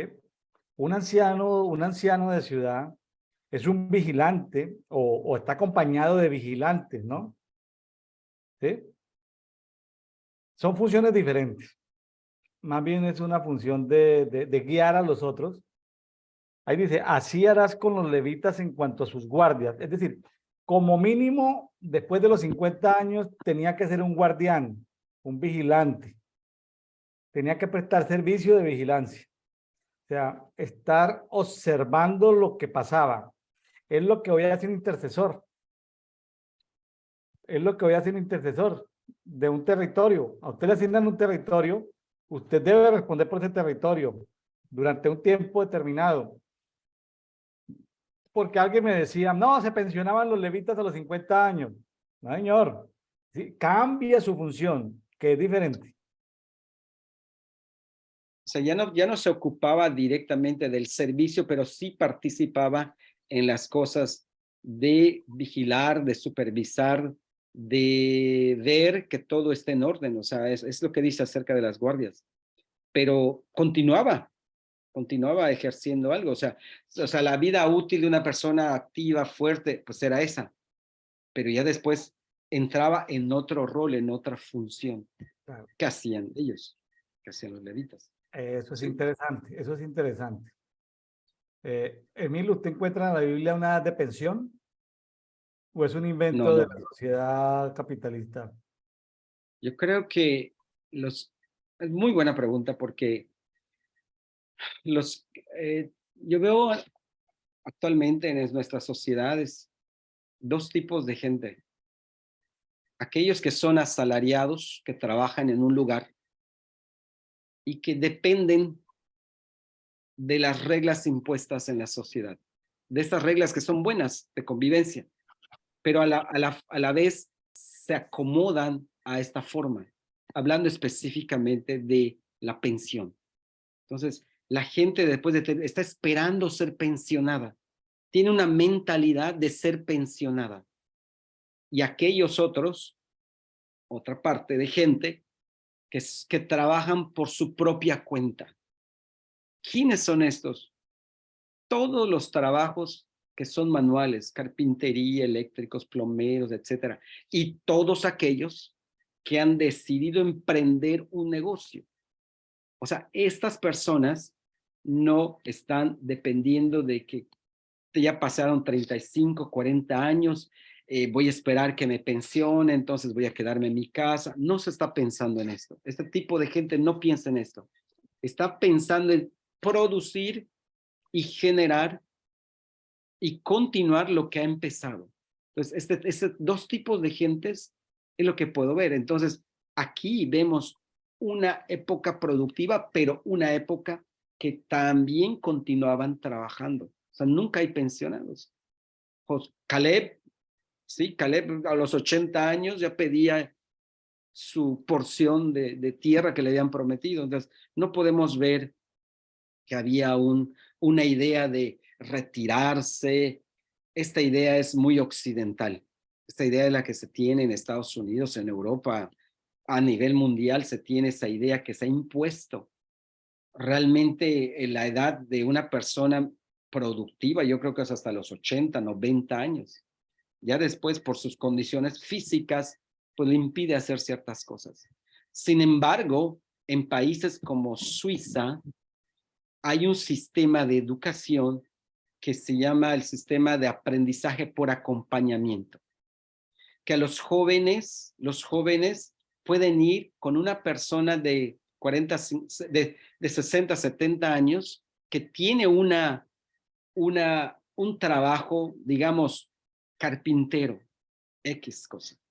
Él va a aprender con este señor, con esta persona, ¿cómo se llama? El oficio. Su oficio, esa es la palabra, su oficio, a la vez que aprende, esta persona de experiencia le enseña todas las habilidades. Y aparte le pagan al muchacho por ir a aprender ese oficio. Ese es un sistema académico que solo lo tiene Europa y se está implementando en algunos otros países.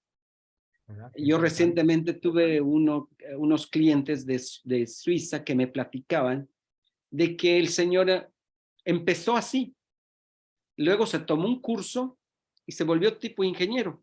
Estamos hablando de electricista, ¿ok? Lo aprendió en la práctica, se tomó un curso de 2, 3 años, tuvo un reconocimiento y después él continuó. Ahora, él que ya es de edad, ya tiene como 70 años, no sé cuánto, más o menos, se va a retirar y está buscando jóvenes y no hay jóvenes que aprendan el oficio. Ya. No hay jóvenes. Sin embargo, en las escuelas les asignan, ¿ok? ¿Qué es lo que desean hacer? Y es en base a eso que se les envía a ciertos lugares para que aprendan y ganen, que es un sistema Claro, que no tenemos acá. claro. Es un sistema que no tenemos acá. Aquí tienen que ir a la escuela, pasar 5 años y después a hacer las prácticas. Pero oficios como electricistas, plomeros, no sé, diseñadores, etcétera, ahí se Carpintero, mueve esto. panadero, Son muy chef. pocos los países. Ujú. Panadero, chef, eso no, ya no. Entonces, yo creo que podemos ver aquí en el pueblo, en el pueblo de Israel, un pueblo muy trabajador, un pueblo muy, Y, muy trabajador. y otro componente que usted lo está sacando a él, me gusta que lo saque a la luz, que es la gente de más de 50 años está para ayudar a los más jóvenes.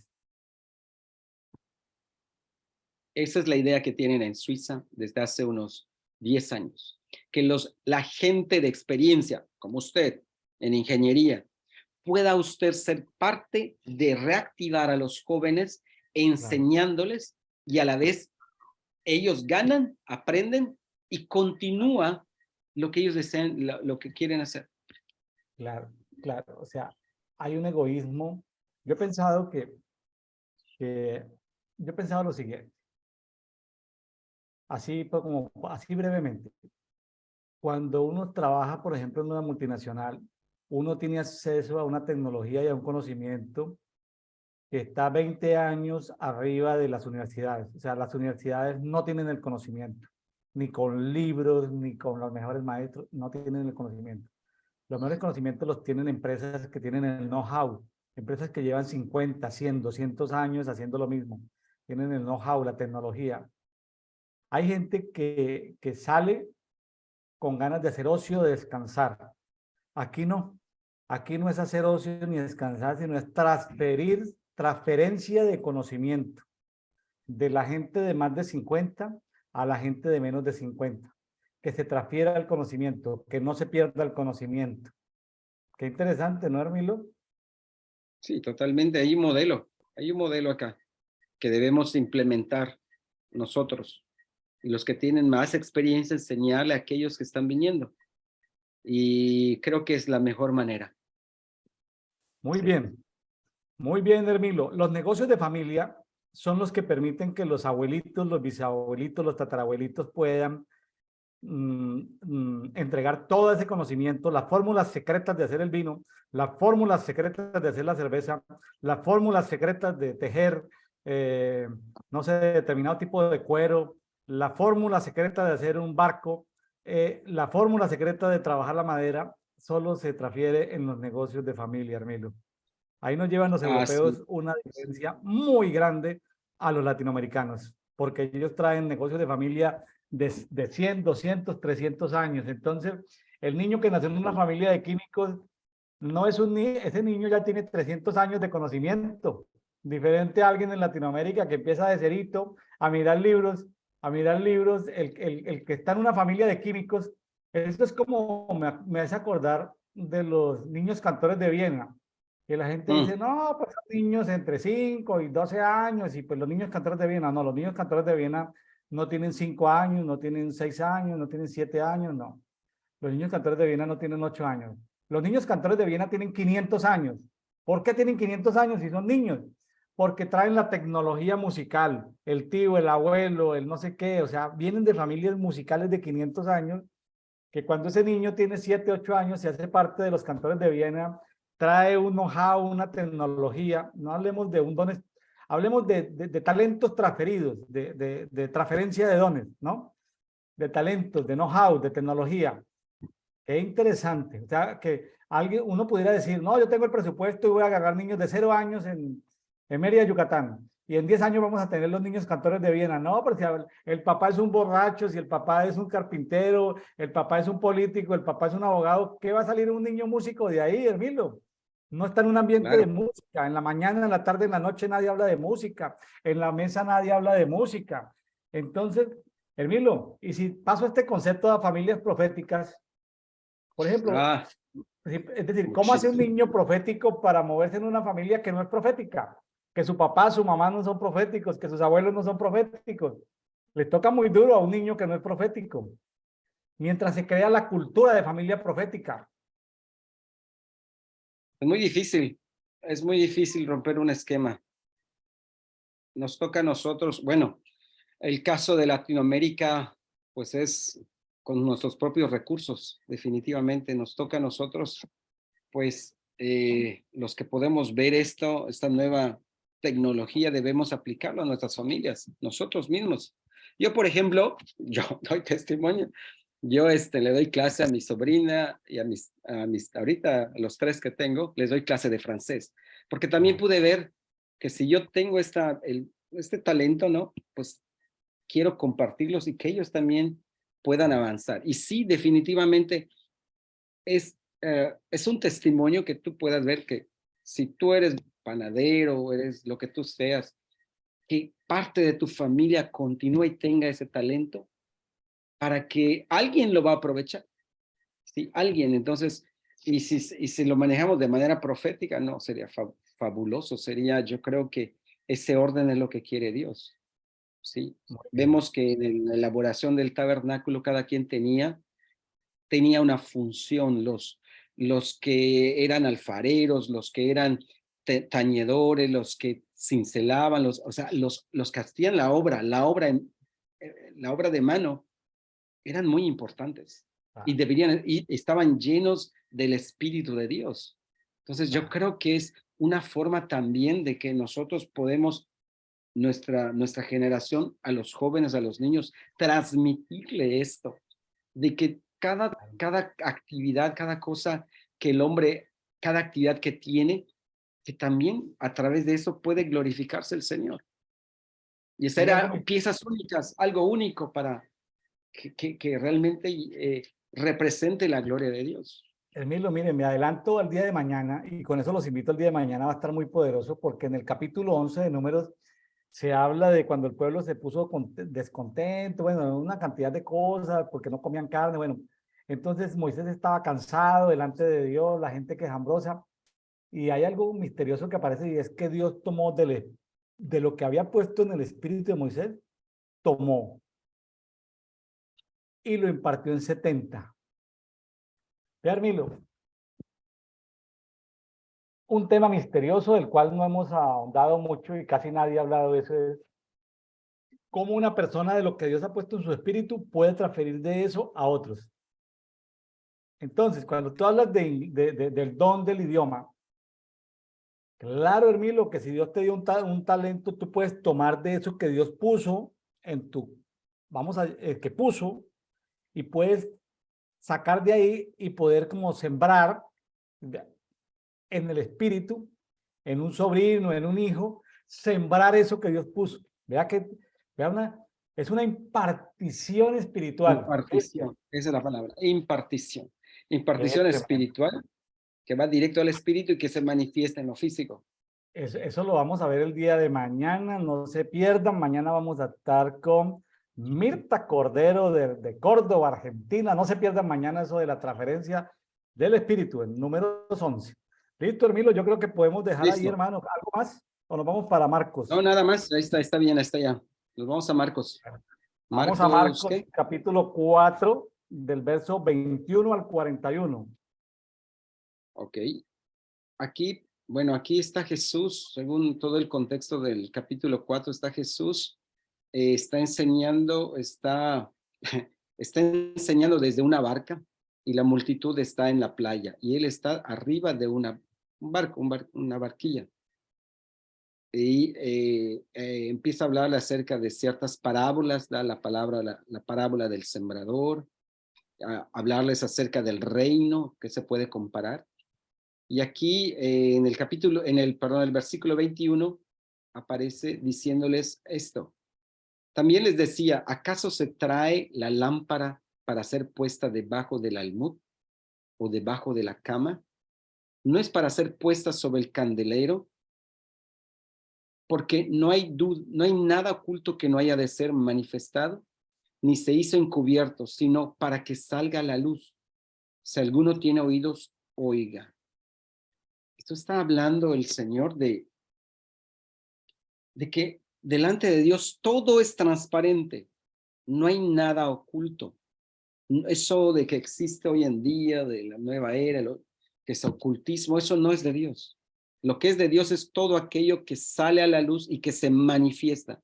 Y está hablando de lo que estamos hablando ahorita, o sea, ese espíritu que tenía Moisés y que lo saque y se lo imparte. No es, no es escondido, sino es público.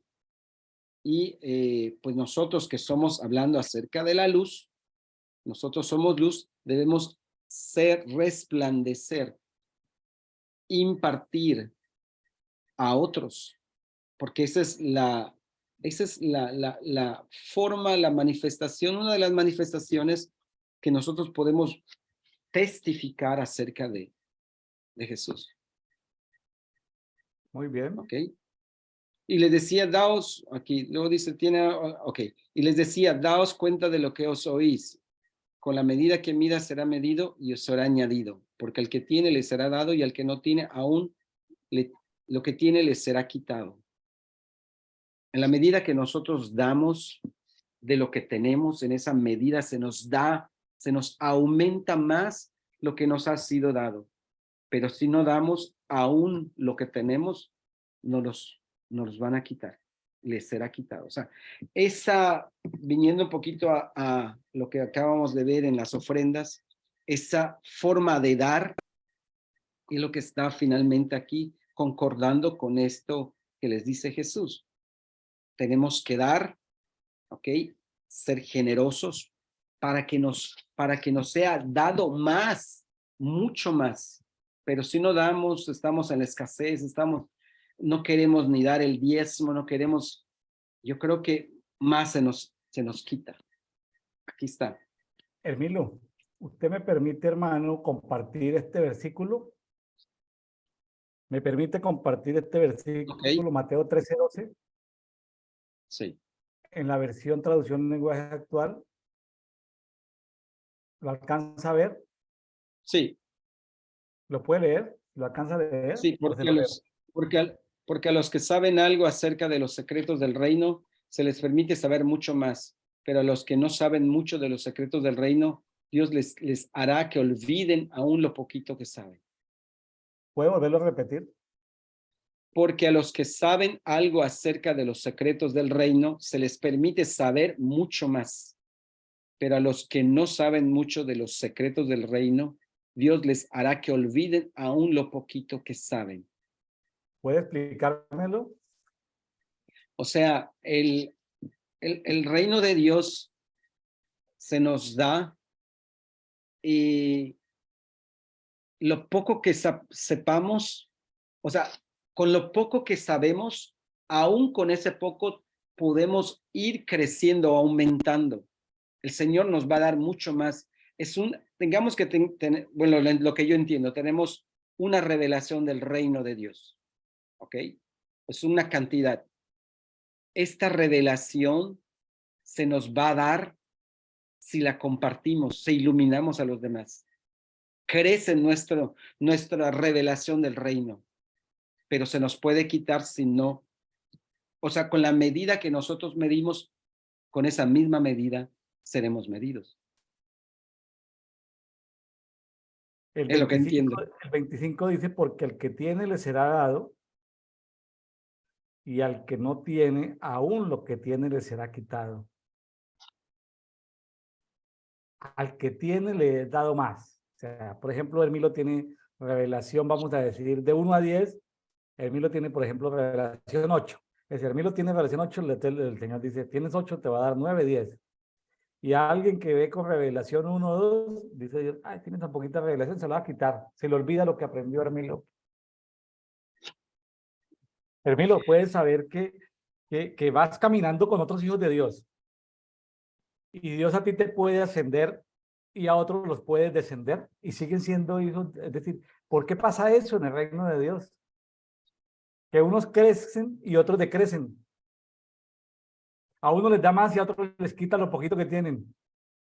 Yo creo porque no comparten, yo creo. Creo que es porque no continúan o no siguen indagando en mayor revelación, porque una revelación te lleva a otra, a otra, a otra, a otra, a otra.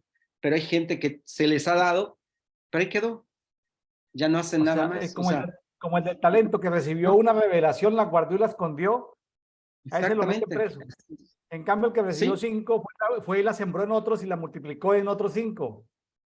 efectivamente es O sea, eso. si Dios te Es eso. revela algo y tú lo compartes, te va a dar más. Sí, yo lo veo así. Ahora, Lo que nosotros, sí, porque la medida que medimos, o sea, yo mido de base a esto, en esa misma medida te van a dar.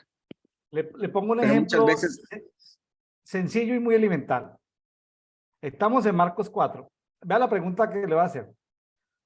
Si Hermilo lee Marcos 4 una vez, recibe algo.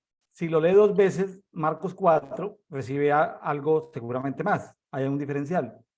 Si Hermilo lee Marcos 4 10 veces, alguien dirá, pero ¿para qué si ya lo leyó?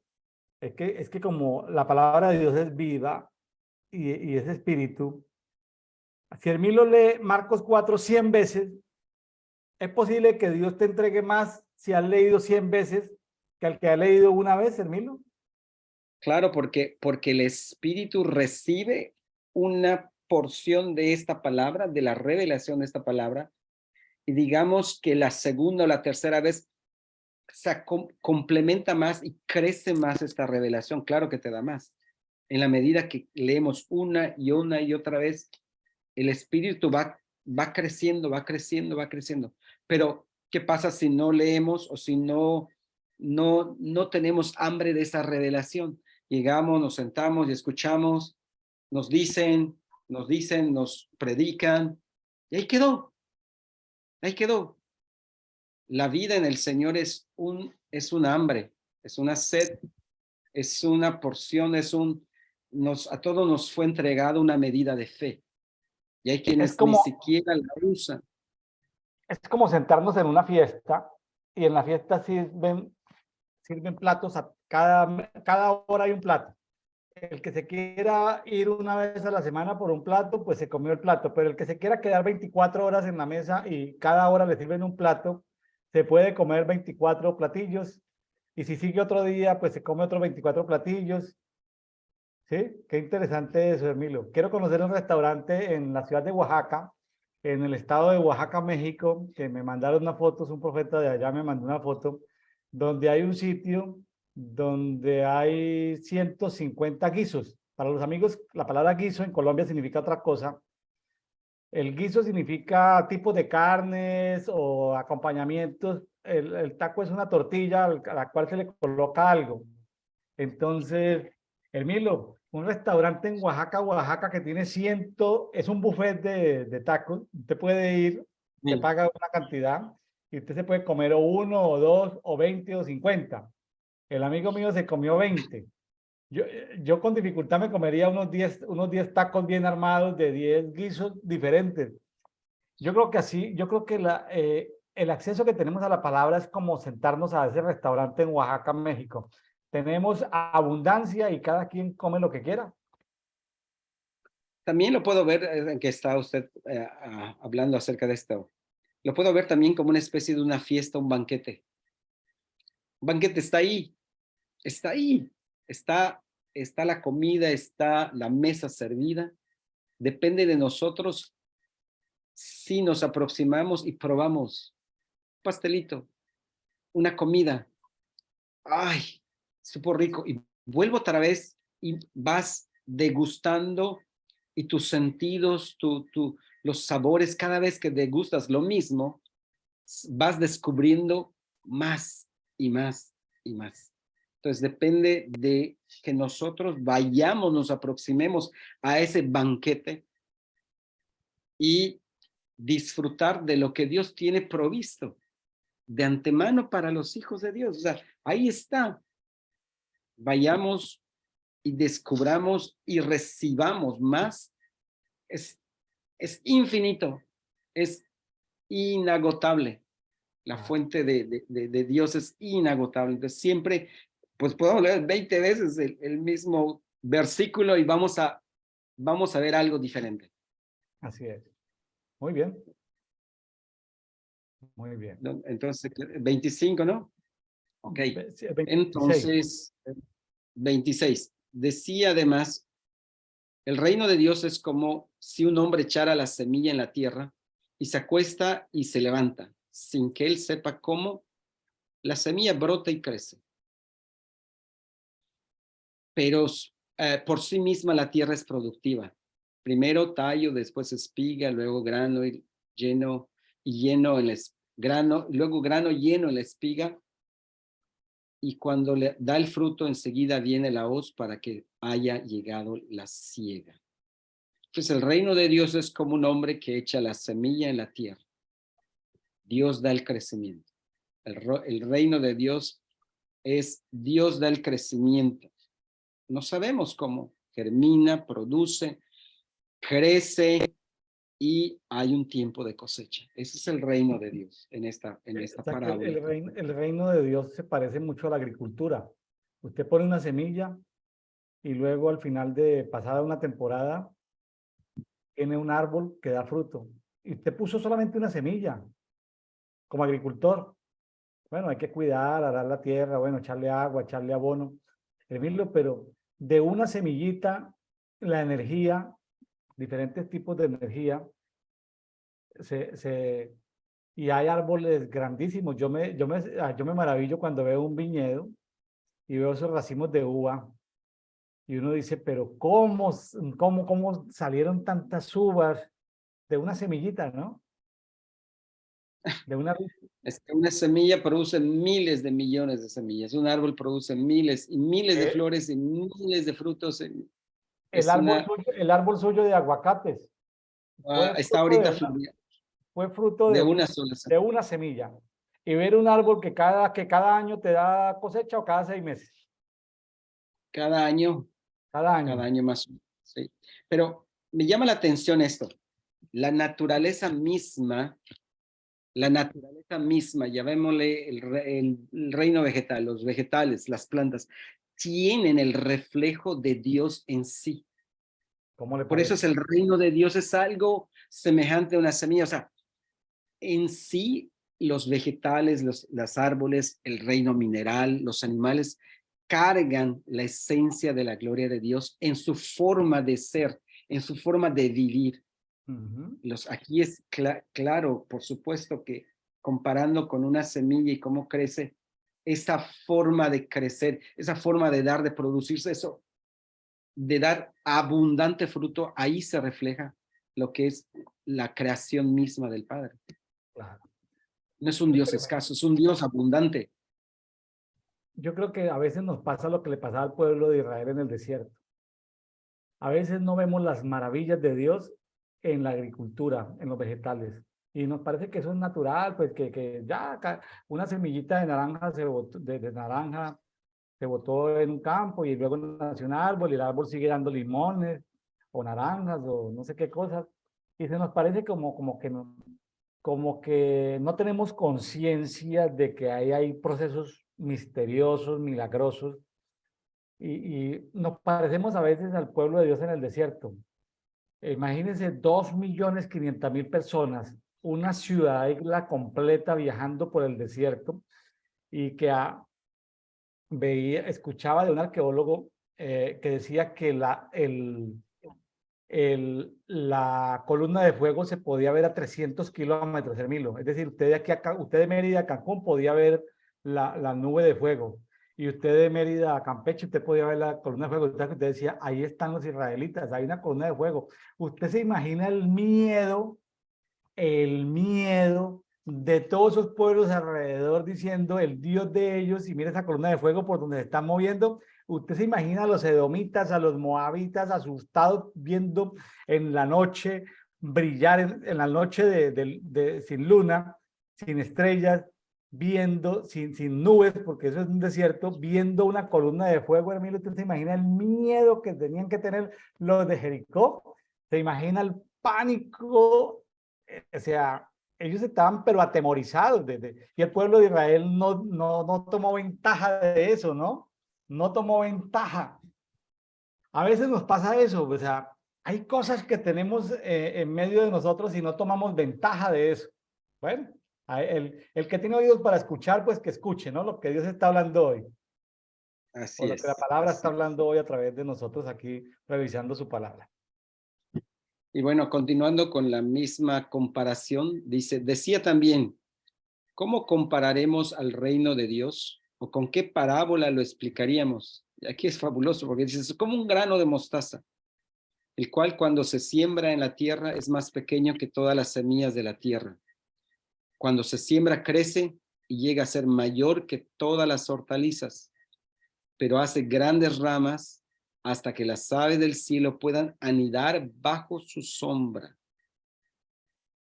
Pues, aquí es espectacular la forma como lo compara desde algo tan pequeñito, tan microscópico, cómo puede crecer hasta tal punto que puede proveer para otros. ¿Sí? El árbol de mostaza, la semilla de mostaza se convierte en un gran árbol que llega a ser de bendición o parte de proveer a otros, en este caso las ramas, a otros seres, las aves, pues sus lugares donde hacen nidos. El reino de Dios, yo creo que es esto precisamente. Jesús dice, ¿cómo lo podemos explicar? ¿Cómo podemos explicar el reino de Dios? ¿O con qué lo compararemos?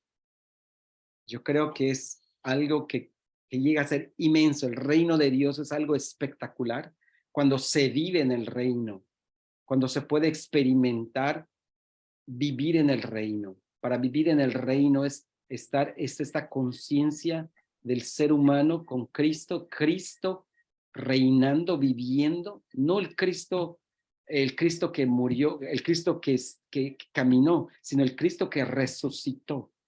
Ese es el reino de Dios. Y esta persona que vive en el reino o que está en el reino va a llegar a ser de bendición y va a cubrir a otras áreas. Así yo lo entiendo.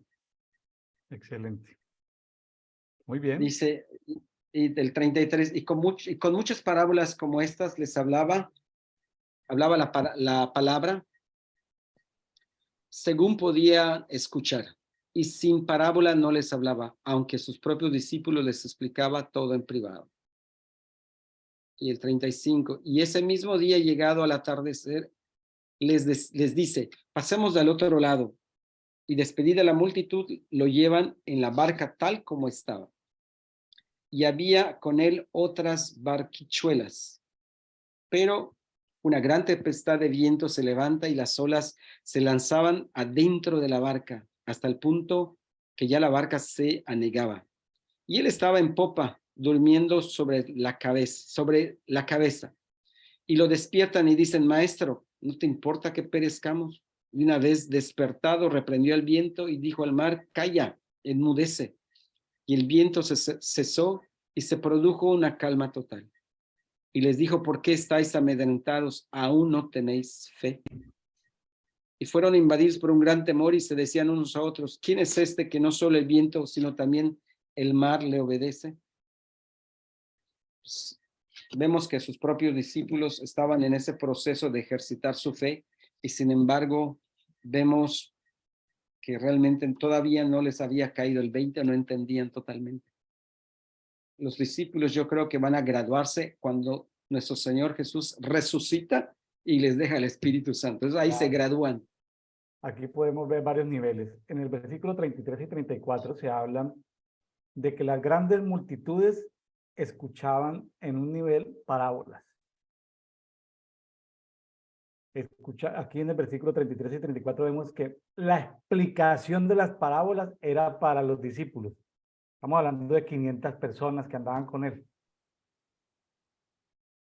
Pero todavía hay otros niveles más adelante, y es que aún teniendo la explicación de las parábolas, este segundo grupo necesitaba niveles de fe para poder entender ciertas cosas que estaban sucediendo. O sea, ahí facilito encontramos tres niveles. El nivel de fe, Sí, donde se conoce por qué suceden unas cosas y otras, el nivel de entender las parábolas y el nivel de solamente escuchar las parábolas. Tremendo, ¿no, Emilio? Tres niveles. 3 niveles. O sea, es la parábola del sembrador. O sea, son 3 niveles. O sea, las semillas, el sembrador las tira, unas caen al lado del camino, otros en el pedregal. O sea, es esto, ¿no? Comienza el capítulo con esto y termina con esto, finalmente.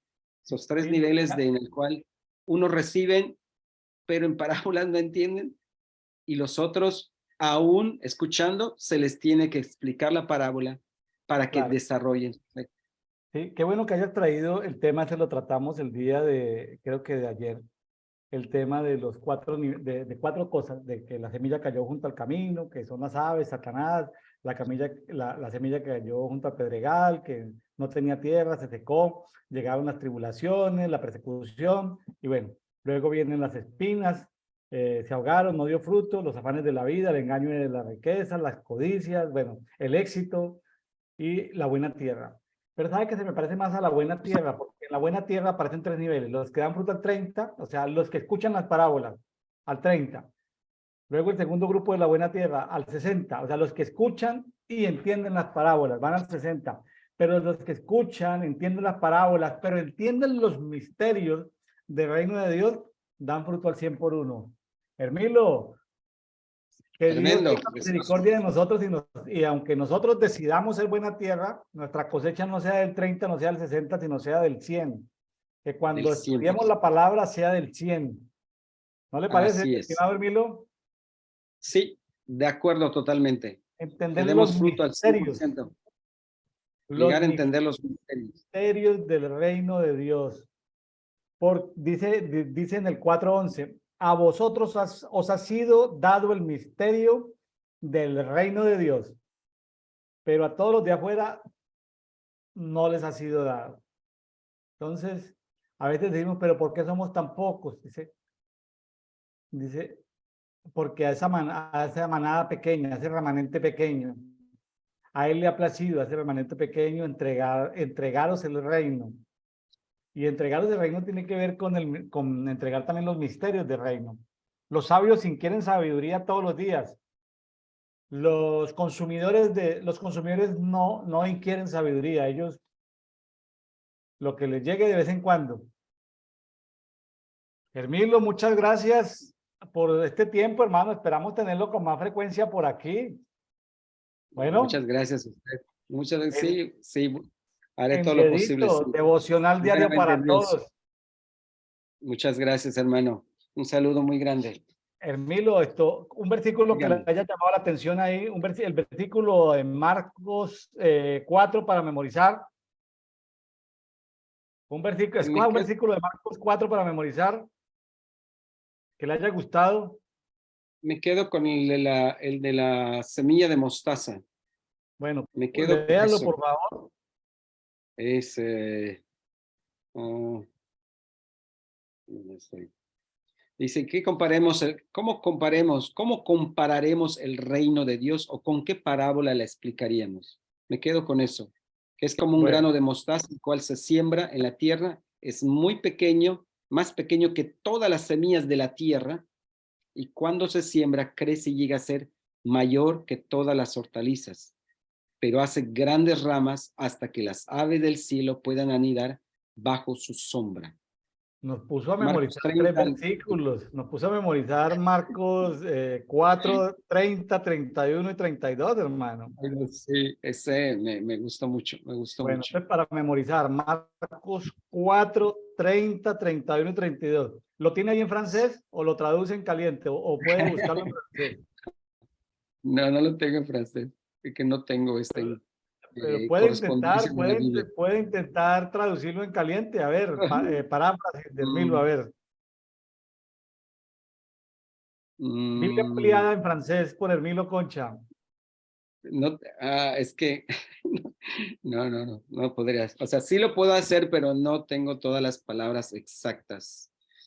Donc, de cette façon, il pouvait parler. Il disait, les royaumes de Dieu, c'est quoi? Comment on peut les comparer? C'est un grain de mostaza, je ne connais pas les mots mostaza. C'est un petit grain que quand on les met dans la terre, c'est le plus petit, mais quand il est dans la terre, il devient être la plus grande de tous les légumes. Donc, il peut même faire des branches que les oiseaux du ciel peuvent faire des nids et jouer sur l'ombre de l'arbre. Bueno, Hermilo, le toca, hermano, tener la Biblia en francés en papel, porque si le toca predicar en francés próximamente, entonces, pues, para que vaya teniendo la Biblia en francés ahí en papel, ¿no? La Biblia textual 4 en francés, tiene que conseguirla, Sí, hermano. sí, lo Para voy a que, conseguir. para que comience a predicar en francés. Bueno, a todo el mundo de Bueno, habla francesa. ¿Dónde se habla bueno, francés en el mundo, Hermilo? ¿En qué países se habla francés en todo el mundo? muchísimos. Es la segunda lengua más importante a nivel mundial, el francés, después del inglés. Y en Europa hay muchísimos, muchísimos. Una gran cantidad de países hablan francés. Lo que pasa es que nos llega En a América nosotros, solamente en Canadá. ¿no? En Canadá, ¿cómo se llama aquí en las Islas del Caribe? ¿Cómo se llama la isla Ah, del sí. Caribe? En Hay las que Martinica. son francesas. Martinica y Guadalupe, creo. Martinica. Guadalupe, exactamente. Martinica, Guadalupe se habla francés. La Guyana francesa Guyana Francesa, un país que han encontrado petróleo por montones. País que sí, está creciendo, se está enriqueciendo. Una cosa tremenda. Una de las grandes economías que van a crecer este 2023 es la Guyana Francesa. Canadá y los que hablamos francés en México. Bueno, bueno, Emilio, ¿cómo se dice? Dios les bendiga. Nos vemos mañana para que despida, hermano. Benedición a tout le monde. Benedición a tout le monde. Bendecidos sean todos. Bendecidos sean todos. ¿En francés? C'est bénédiction à tout le monde. Que Dieu, bénédiction de Dieu. Bénédiction de Dieu. Bueno, los que quieran aprender francés, comuníquense ahí en la descripción del video en YouTube están nuestros correos, teléfonos. Si Le necesitan voy a aprender explicar. francés, Sí, le voy a explicar un minuto. ¿Cómo lo hago yo?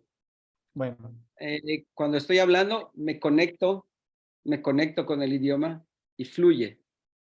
Y este idioma, sea de Canadá, sea de Francia, sea de Bélgica, cada uno tiene sus propios acentos, me conecto en ese momento. Me es un poco difícil conectarme cuando no tengo el otro interlocutor en francés o en inglés.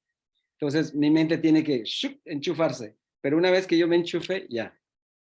On commence à parler français tout le temps. ok, Así mire, es. qué tremendo. Secretos del profesor Hermilo Concha. Bueno, gracias, Hermilo, Ok. bendiciones. Igualmente, nos estamos viendo. Chao. Chao, chao.